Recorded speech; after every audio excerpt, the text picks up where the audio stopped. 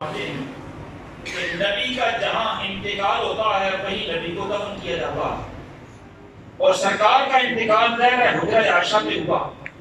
ریاض الجنہ پہ ہوا، وہیں سرکار کا مزار پرانوار بنا۔ اور وہ ریاض الجنہ کیا ہے؟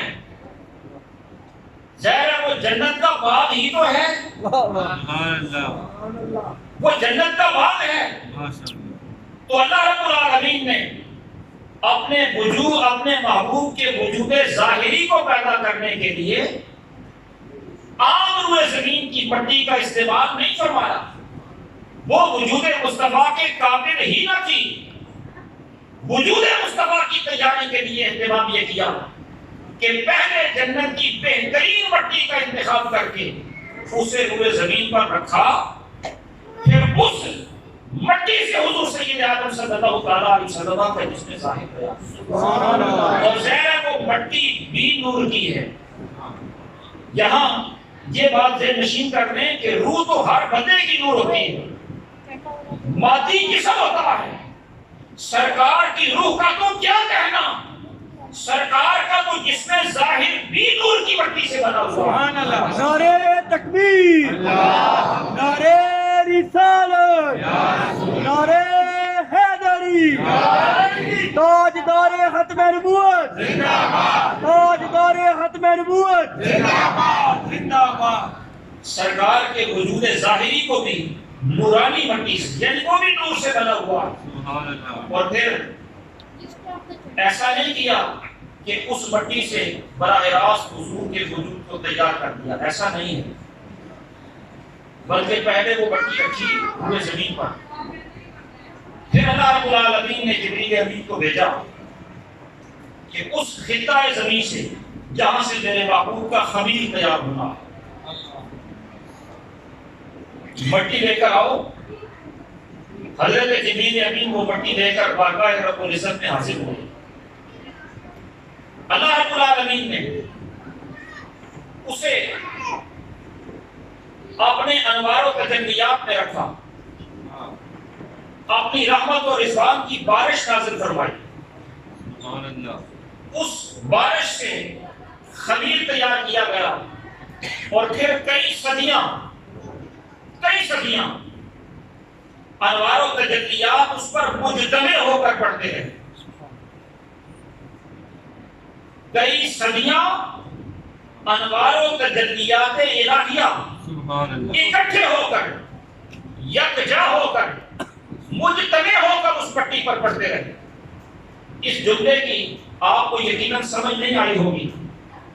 اس کو میں مثال دیتے یہ سمجھانا چاہوں گا کہ آپ سخت گرمی میں، دھوپ میں کاغذ کا ایک ٹکڑا صبح سے لے کر شام تک دھوپ میں رکھیں،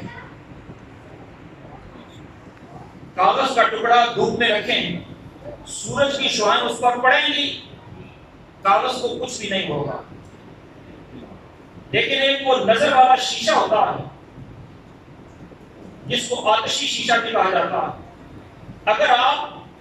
سورج کے سامنے وہ شیشہ رکھیں، اب سورج کی شعاعیں اس شیشے سے گزر کر اس کاغذ پر پڑیں، تو آپ کو محسوس یہ ہوگا کہ وہ شعاعیں جو پہلے بکھر کر اس پر پڑ رہی تھیں، اب شیشے سے جب گزرے تھیں تو شیشہ ان شعاعوں کو اکٹھا کر کے، جذب کر کے، اکٹھا کر کے ایک نقطے کی شکل کے اندر کاغذ پر ڈالے گا۔ وہی سورج کی شعاعیں جو سارا دن پڑتی رہیں تو کاغذ کی صحت پر کوئی اثر نہیں پڑتا، یہی شعاعیں شیشے کی روشنی میں، شیشے کی مدد سے اکٹھی کر کے، مجتمع کر کے 2 منٹ کے لیے کاغذ پر ڈالیں، کاغذ جل کر خاک ہو جائے، آگ لگ جائے گی اس کو۔ یہ آپ نے کبھی تجربہ کیا ہوگا۔ اس کا مطلب یہ ہے کہ جب شعاعیں بکھر کر پڑتی ہیں تو ان کی تاثیر اور ہوتی ہے، اور جب شعاعیں مجتمع ہو کر پڑتی ہیں تو ان کی تاثیر بدل جاتی ہے۔ اللہ رب العالمین نے محبوب کے خمیر میں استعمال ہونے والی مٹی کا جب خمیر تیار کر دیا،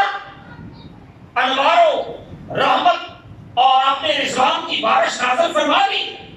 تو اب اس پر اپنے انوار و تجلیات کی شعائیں ڈالی، اور شعائیں منتشر کر کے نہیں، شعائیں مجتمع کر کے اس پر ڈالی، یکجا کر کے اس پر ڈالی۔ اور جب شعائیں یکجا کر کے انوار و تجلیات کی پڑتی ہیں تو آپ اندازہ کر سکتے ہیں کہ وہ بھٹی پہلے ہی نور ہے، اب انوار کی مزید مجتمع شعائیں اس پر پڑ رہی ہیں، اب اس کی نورانیت کا اندازہ کون کر سکتا ہے؟ اللہ سبحان اللہ۔ اب اس کی نورانیت کا ٹھکانہ کیا ہوگا؟ اور پھر اس پر یہ شعائیں انوار و تجلیات کی ڈالنے کے بعد، کئی صدیاں ڈالنے کے بعد، پھر اللہ رب العالمین نے اس خمیر وجود مصطفیٰ کو، وجود مصطفیٰ کے اس خمیر کو اپنے قرب خاص میں رکھا،